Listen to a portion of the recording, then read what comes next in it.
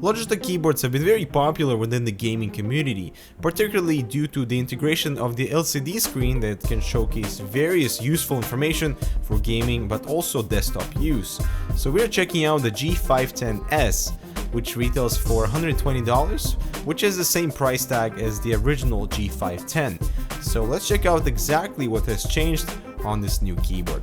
So the G510s features a new coating on the keyboard, which is supposed to make the keyboard more durable.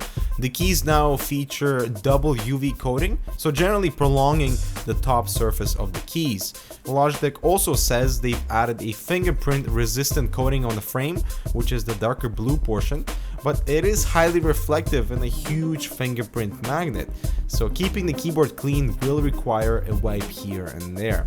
The keyboard's physical characteristics haven't changed from the original G510. We still get a built-in LCD display with 18 programmable G keys, but one main disappointment, and I'm sure many will agree, are the keys are non-mechanical. So we do have this general membrane switches, and considering the direction of most gaming keyboards today, a mechanical version of the G510 would be a complete knockout. The keyboard, however, has a solid build quality, no complaints there, and comes with a very nice palm rest that simply attaches to the bottom of the keyboard. It's not exactly rubberized, but it does elevate your palm for a more comfortable typing experience. So starting off with some of the gaming features, the WASD keys are of different color, but that's about it. They have the exact same surface as the rest of the keys, so in terms of functionality, the gray color is simply for aesthetics.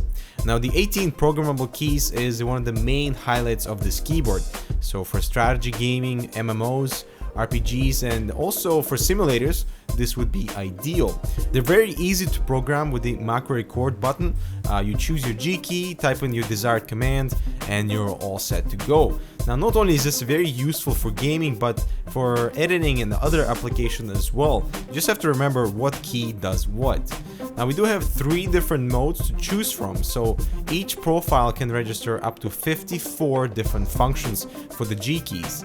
Now it may be a little overkill, but for those who can use it right, it will do the job well. Now each mode also comes with its own color customization for differentiation.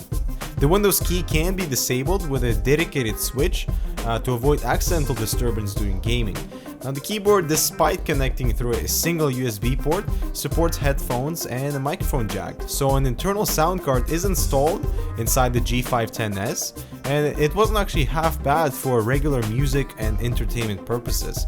For gaming and directionality, of course, a dedicated sound card is more suited, but it's a very welcomed feature for just regular desktop use.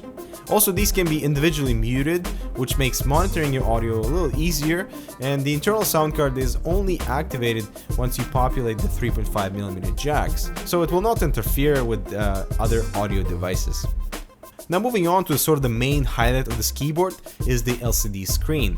This is a monochrome display that has some versatile functionalities, not only for gaming but for productivity as well. We get things like performance monitor, profile switch, and even a news feed and countdown, stopwatch, and a regular clock as well. We do get a whole bunch of gaming profiles from the software menu that you can add to the keyboard, and it shows all the game specific functions that you can assign to your G keys simply by dropping them onto the button grid.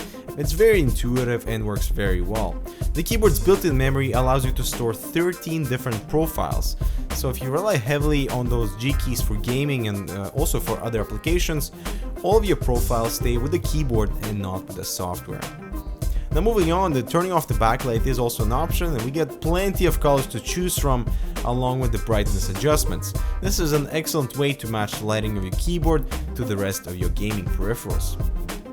And we also get the usual media controls with a nice volume knob and a large mute button, and it's also nice that these are separate buttons and not integrated into your F keys.